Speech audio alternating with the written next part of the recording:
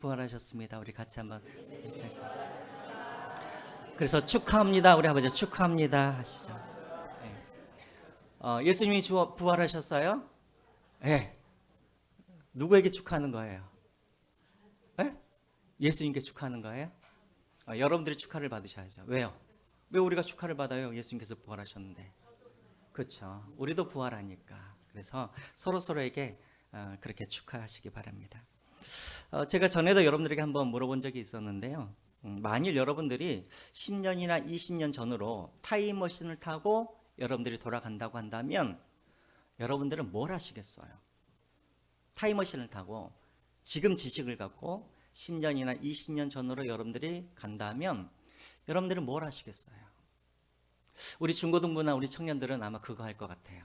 목사님, 저는 비트코인을 살 거예요. 아마 그럴 거예요. 그렇죠? 2010년도인가 그때 시작이 됐어요. 제가 그때 이제 켄터키에 있을 때였는데 저도 그 소식을 들었어요. 근데 이게 무슨 현금이야. 그냥 이 애들 장난감 같은. 실질적으로 2010년도에 이 비트코인이 처음 나왔을 때 스탠포드 대학교 학생들에게 이 비트코인을 하나씩 나눠줬어요. 스탠포드 학생들이 그걸 가지고 뭐 했을까요? 맥도날드 사 먹고 커피 사 먹었어요. 지금 얼마짜리가 됐죠? 그때 당시에 100원 정도 됐어요. 0.06달러였거든요. 지금 100원, 옛날에 100원이었는데 지금 얼마예요? 하나에 1억 가까이 되죠. 100원짜리가. 처음 들어보신 소식이세요? 그 스탠포드 학생들이 그 소식을 듣고 지금 얼마나 후회하겠습니까? 그렇죠. 저도 그때 그 소식을 들었을 때 아우 주여 막 그런 마음이 아마 그때 제가 그 비트코인을 샀으면 어쩌면 제가 이 자리에 없을 수도 있어요. 그래서 감사해요. 여러분 같으면 어떻게 하시겠어요? 뭐 하시겠어요? 10년이나 20년 전으로 들어간다면 아무래도 성수동에 살고 있는 여러분들은 대출을 받아서라도 성수동에 나와 있는 모든 매물을 갖다가 빚을 져더라도 아마 성수동에 있는 아파트도 사고 빌라도 사고 그러시겠죠. 왜냐하면 10년, 20년 후에 이것이 어떻게 될 줄 그 가치를 여러분들이 알기 때문에 그러는 것이죠. 아무리 여러분 옆에 사는 사람들이 야, 그 허름한 집 뭐하러 살려고 그래? 야, 그 무너지는 그 빌라 뭐하러 살려고 그래? 그래도 여러분들은 사시겠어요? 안 사시겠어요? 사겠죠. 왜냐하면 이 낡은 이 빌라가 10년 후에 20년 후에 막 올라가잖아요. 그러니까 당연히 살 것 같아요. 우리가 미래에 확실히 어떤 일이 일어난 줄 우리가 안다고 한다면 오늘 우리가 선택하는 것, 결정하는 것, 그리고 우리의 태도가 달라지겠죠. 자, 여러분, 여러분들에게 반드시 여러분들에게 앞으로 있어야 할 세 가지 확실한 일에 대해서 오늘 제가 말씀을 드릴게요. 첫 번째로 이런 일은 반드시 일어나요. 첫 번째로 어떤 일이 일어나냐면 여기에 계신 여러분 모두는 다 돌아가십니다. 오늘 보니까는 우리 새로운 얼굴도 계시는데요. 참 실례된 말씀이지만 여러분들은 다 돌아가셔요. 죽어요. 이거는 누구나 부인할 수 없는 사실이에요. 두 번째로는 확실하게 우리에게 있을 일이 있습니다. 두 번째로는 반드시 우리에게 부활이 있다라는 거예요. 죽음에서 끝나는 것이 아니라 반드시 부활이 있다. 그리고 세 번째로 우리에게 반드시 있어야 할 것, 그게 뭐냐면 반드시 우리는 부활한 후에 마지막 하나님의 심판이 반드시 우리에게 있다라는 거예요. 만약에 여러분들이 예수님을 믿지 않는다고 한다면 믿거나 말거나. 하지만 정말 여러분들이 예수님을 하나님의 아들이라고 여러분들이 정말 믿는다고 한다면 여러분들에게 반드시 이 세 가지 일은 반드시 일어나요. 반드시 죽습니다. 반드시 부활합니다. 그리고 반드시 하나님의 심판이 있습니다. 그것을 알므로 끝나면 안 되겠죠. 반드시 미래에 이 세 가지 일이 있을 거니까 그러면 이것을 믿고 오늘 우리는 어떻게 살아가야 될까요? 부활이 있다는 것을 생각하고 그 부활의 관점으로 오늘 이 현실을 바라보면서 우리의 결정이, 우리의 선택이 그리고 삶의 태도들이 달라져야겠죠. 예수님께서 2000년 전에 부활하셨어요. 믿으십니까? 그럼 예수님께서 부활하시고 그냥 올라가시면 되지. 왜 예수님께서 부활하신 다음에 40일 동안 이 지상에서 제자들과 함께 있었을까요? 물론 제자들에게 꼭 가르쳐주고 싶었던 것들, 하나님의 나라에 대해서 가르치셨지만 예수님께서 꼭 그들에게 가르쳐주고 싶은 것이 있었어요.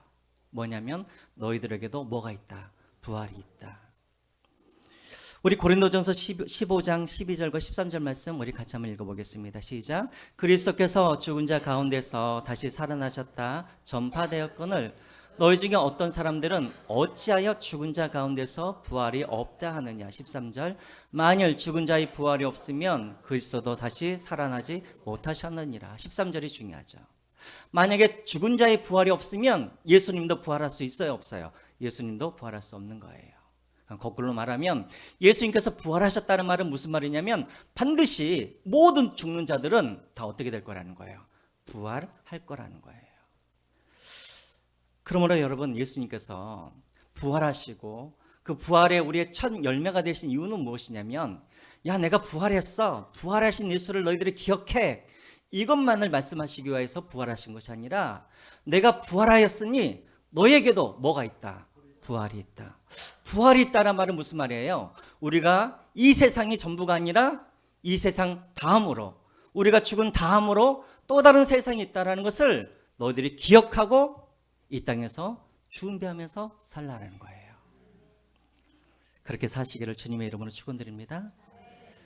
우리 이내 어디 갔어요? 이내 자매. 지금 우리 이내 자매의 뱃속에 아기가 무럭무럭 자라나고 있어요. 이 아이는 생각할 것 같아요. 아, 지금 이 세계가 나의 전부라고. 그렇죠? 여러분, 태아가, 여러분들 기억 안 나세요? 엄마 뱃속에 있었을 때? 저는 기억나는 것 같아요. 아, 이게 내가 사는 세상의 전부야. 내가 딸기 먹고 싶다 그러면 딸기도 주시고, 수박 먹고 싶다 그러면 수박도 주시고. 태아는 아마 엄마 뱃속에서 여기가 삶의 전부라고 생각을 할 거예요. 설마 또 다른 세계가 있을 거라고 생각을 할까요? 그런데 때가 참에 10개월 후가 되어지면 아기가 상상할 수도 없는 세상으로 나와서 상상할 수 없는 날들을 아이들이 살겠죠. 10개월과 비교할 수 없는. 우리도 마찬가지라는 거예요.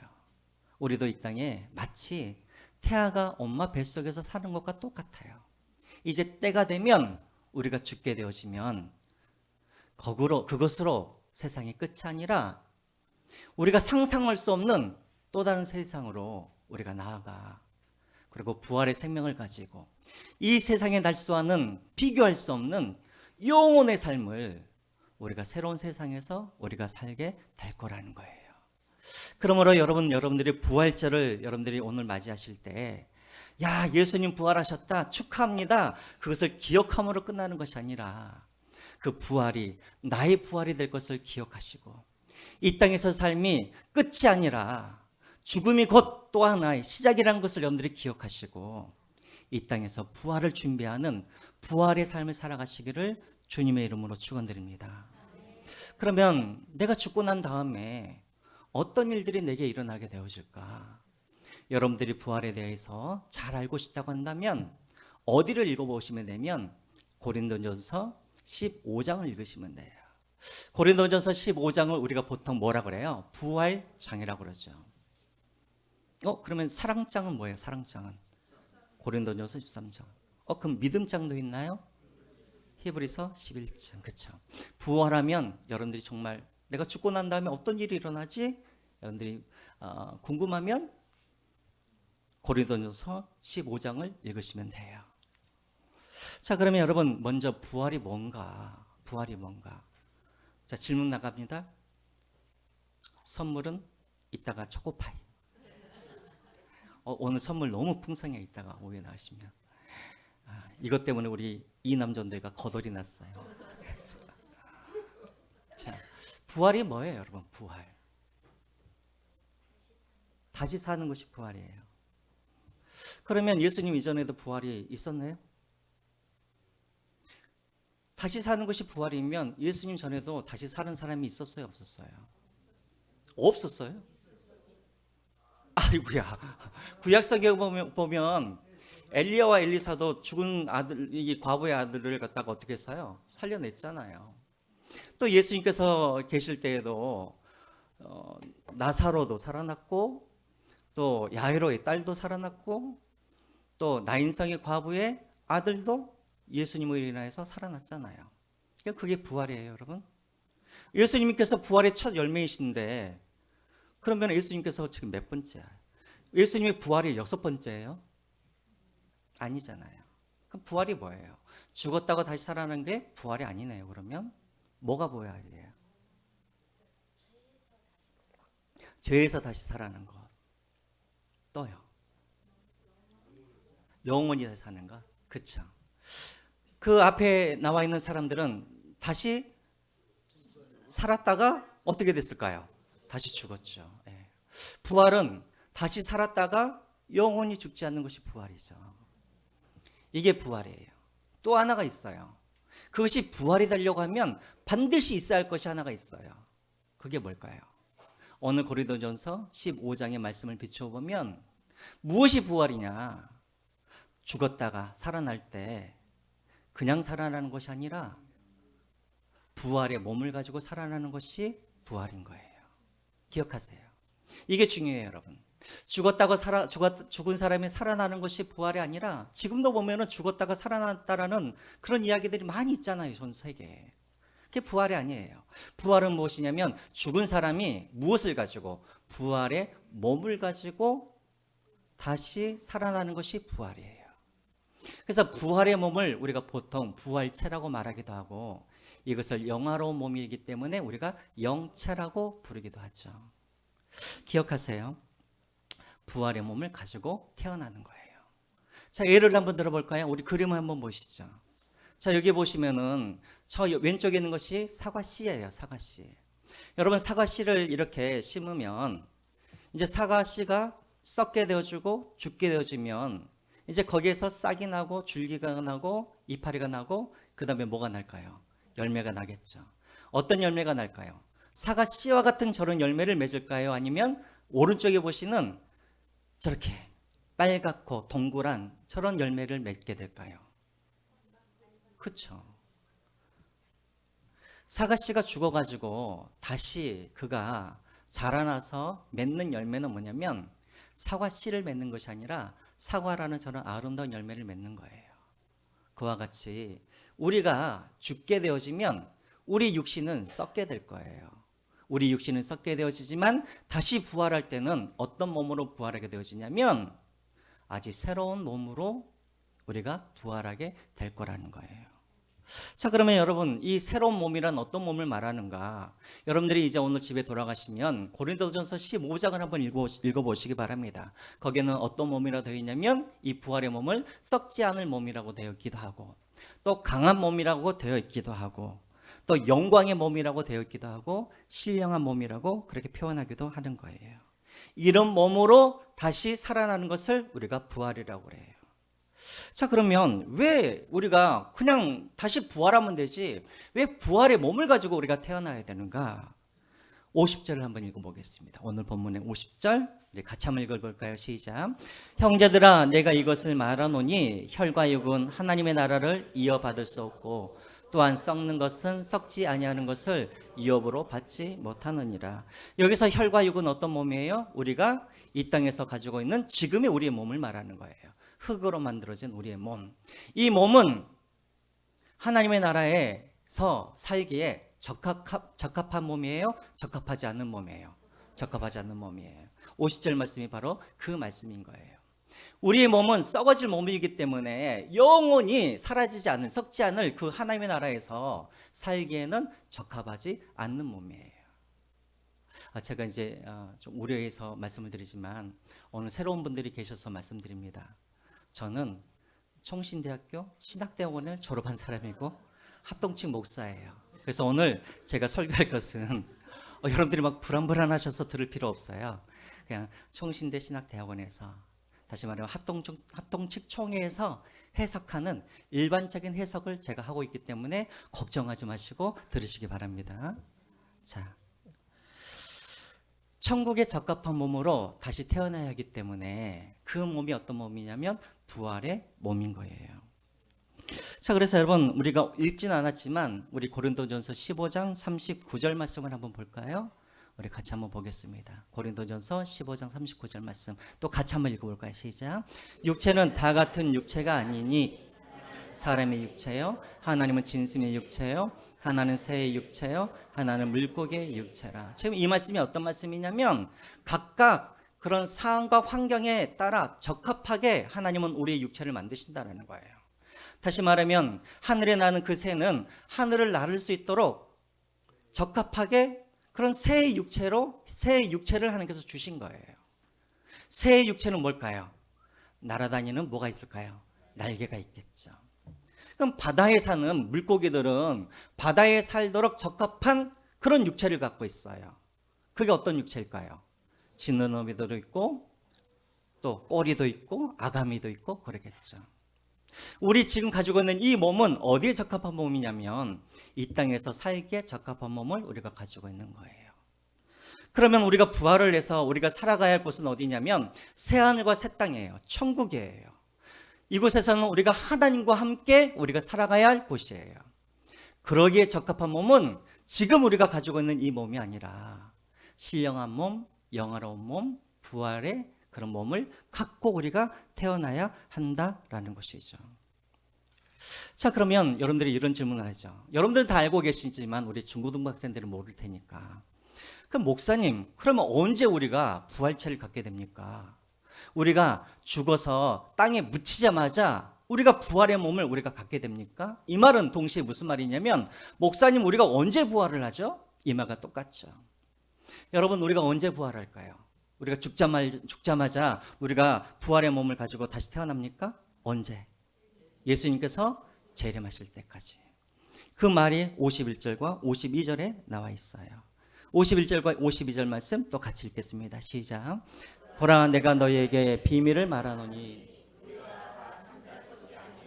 마지막 나팔의 순식간에 호련히 다 변화되리니 나팔 소리가 나매 죽은 자들이 썩지 아니할 것으로 다시 살아나고 우리도 변화되리라. 아멘. 예수님께서 재림하실 때 마지막 나팔 소리가 뭐예요? 데살로니가 전서에 나와 있는 것처럼 예수님께서 재림하실 때 하늘에서 어떤 소리가 나요? 주의 호령과, 그렇죠? 천사들의 호령과 그리고 나팔 소리가. 그러니까 왕이 행차하는 것처럼 예수님께서 재림하실 때 하늘에서 주님과 천사들의 호령 소리가 나오고 어떤 소리일까요? 왕이 오신다. 이런 소리가 나겠죠. 그리고 나팔 소리가 나면서 예수님께서 재림하실 때 그때 우리의 몸이 변화되는 거예요. 뭘로? 부활체로. 죽은 사람들은 우리의 몸이 썩겠지만 그러나 하나님께서 다시 그것들을 새롭게 창조하셔서 우리에게 부활체를 주실 것이고 그래서 그동안 있던 우리 영혼과 이 부활체가 하나가 되어서 우리가 부활해야 될 거예요. 그러면 여러분 퀴즈. 만약에 예수님께서 재림하셨을 때 죽은 사람들이 아니라 살아있는 사람들은 어떻게 될까요? 살아있는 사람들은 그렇죠. 호련히 몸도 변화되게 되는 거예요. 부활체로.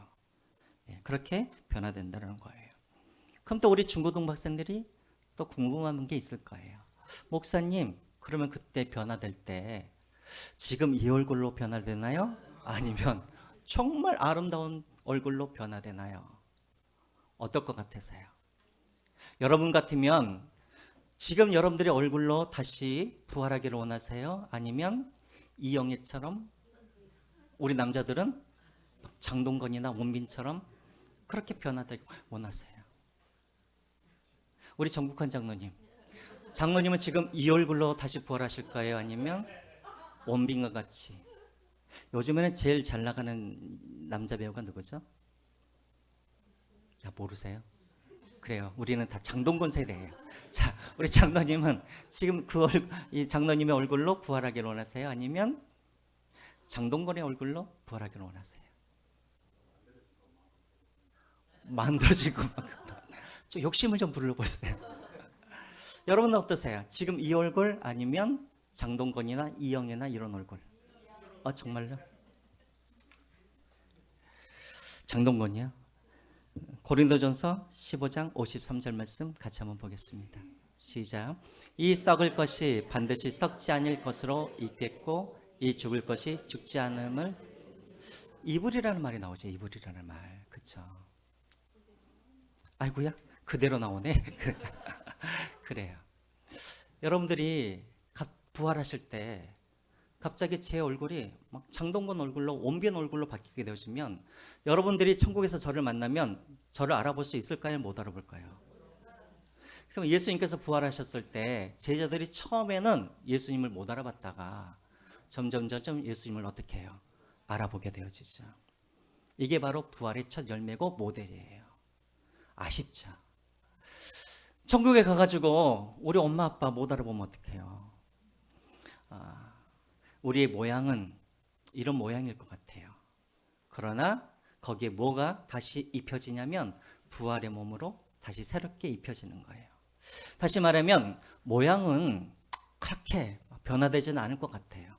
물론 건강하고 젊은 그런 나의 모습으로 바뀌어질 수는 있겠지만 그러나 우리의 몸의 질이 바뀌어지는 거예요. 어떻게? 건강하고 강하고 그리고 영원히 살 수 있는 그런 몸으로 입혀진다라는 거예요. 이해가 되시나요? 예, 그래서 그렇게 된다는 것이죠.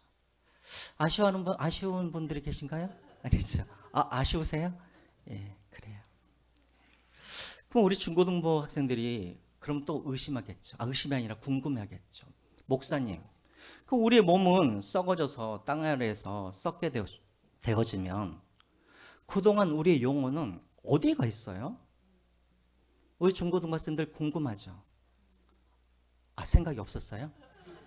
아니 우리의 몸은 무덤에서 썩게 되어지잖아요. 그럼 그동안 우리의 영혼은 뭐 하고 있어요? 자, 1번 잠을 자고 있다.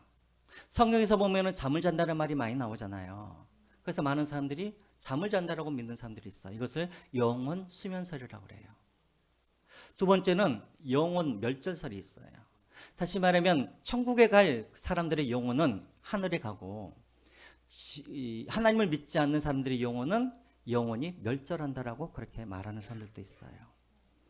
왜냐하면 하나님은 사랑의 하나님인데 그들을 부활을 시켜가지고 영원한 지옥에 보낸다라는 것은 사랑의 하나님과 맞지 않다라고 믿기 때문에 영원 멸절설을 주장하는 사람들이 있어요. 여호와 증인, 안식교 이런 사람들이 그렇죠.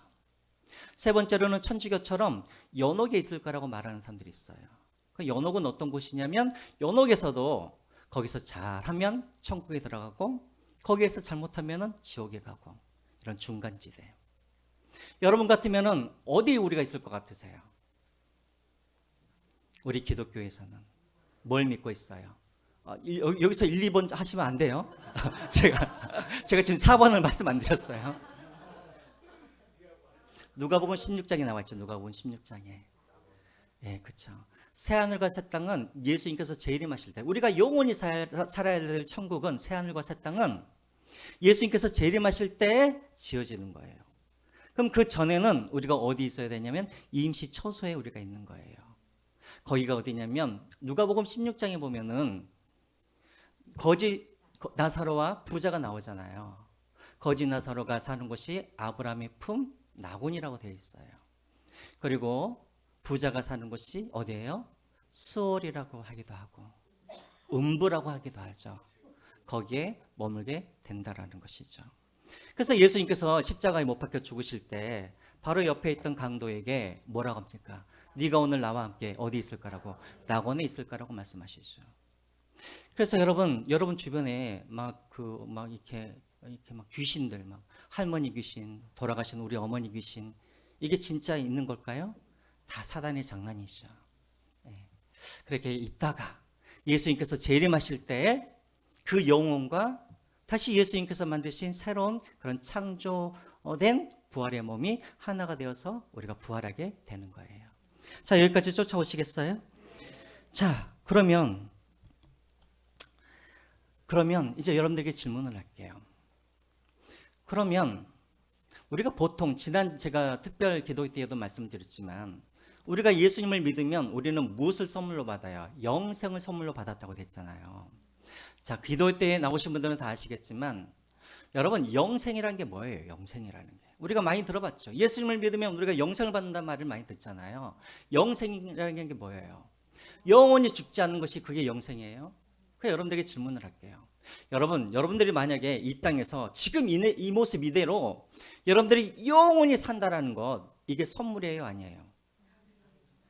막 몸에 질병을 가지고 있고 궁핍한 삶을 살면서 영원히 사는 것, 그거 선물이에요? 축복이에요? 아니죠. 그래서 여러분, 예수님께서 약속하신 그 영생이라는 것은 영원히 산다라는 그런 의미가 아닌 거예요. 물론 그런 의미도 담고 있지만, 제가 왜 이야기를 하냐면, 사람들이 영원히 죽지 않고 사는 것은 믿는 사람들만 영원히 죽지 않고 사는 게 아니에요. 믿지 않는 사람들도 영원히 죽지 않고 사는 거예요. 이게 어디에 나와 있는가? 우리 요한복음 5장 29절을 한번 보시죠. 요한복음 5장 29절 말씀 같이 한번 읽겠습니다. 시작. 선한 일을 행하는 자는, 그래요, 예수님을 믿는 사람들만 부활이 있는 것이 아니라 예수님을 믿지 않는 사람들도 부활이 있어요. 이 말은 곧 무슨 말이냐면 예수님을 믿는 사람들도 영원히 죽지 않고 살고, 예수님을, 제가 방금 뭐라 그랬어요? 예수님을 믿지 않는 사람들도 죽지 않고 영원히 살아가요. 왜냐하면 오늘 본문의 말씀처럼 믿지 않는 사람들도 뭘 하니까? 부활을 하니까. 자, 그러면 여러분, 이제 여기서 이제 차이가 나요. 하나님께서는 믿지 않는 사람들도 다시 부활을 시켜서 영원히 살도록 하는 거예요. 그러면 믿는 사람들이나 믿지 않는 사람들이나 다 부활할 거면 우리는 왜 예수님을 믿어요? 아까 저기 나와 있죠. 다시 한번 보여주실까요? 요한복음 5장. 그냥 그대로 놔두세요. 선한 일을 행하는 자들은 무슨 부활로? 생명의 부활로. 악한 일을 행한 자는 심판의 부활로. 부활을 다 하긴 하지만 부활의 목적이 다르는 거예요. 우리는 부활을 하되 무엇을 위하여서? 생명을 살기 위한 부활로. 그러니까 이것이 바로 영생인데, 이 영생은 뭐냐면 예수님의 생명으로 예수님과 함께 영원히 사는 것을 말하는 거예요. 그럼 악한 자들은요? 심판받기 위하여서 부활한다라는 거예요. 자, 그럼 이제 여러분들 저를 보세요. 여러분들은 선한 일을 행하신 분들이세요? 악한 일을 하신 분들이세요? 악한 일을 하셨어요? 그러면 여러분들 심판의 부활로 되시겠어요? 이게 대체 무슨 말이에요? 아무리 생각해봐도 나는 어제도 남편이랑 싸우고 또 어제 막 우리 애들 지어받고 막 악한 일을 했는데, 그럼 나는 심판 부활을 받는 거예요?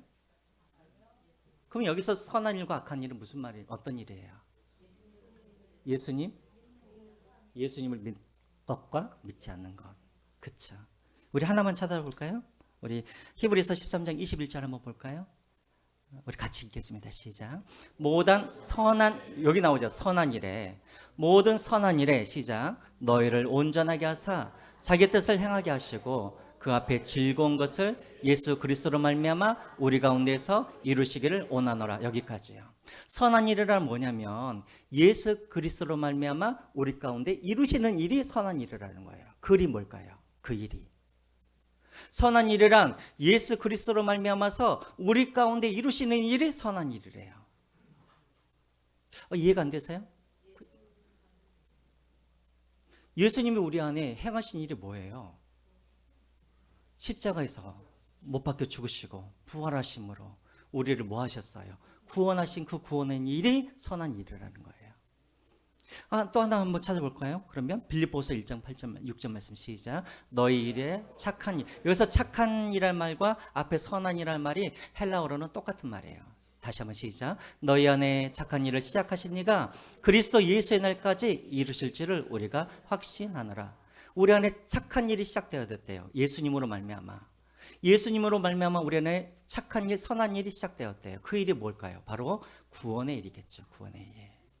그러니까 여러분, 여기서 선한 일을 행하는 자가 생명의 부활로 한다는 말은, 여기서 말하는 선한 일은 무엇이냐면 예수님께서 이루신 그 일을, 예수 그리스도를 믿는 것을 선한 일이라고 하는 거예요. 이해가 되시죠? 이제 안심이 되십니까?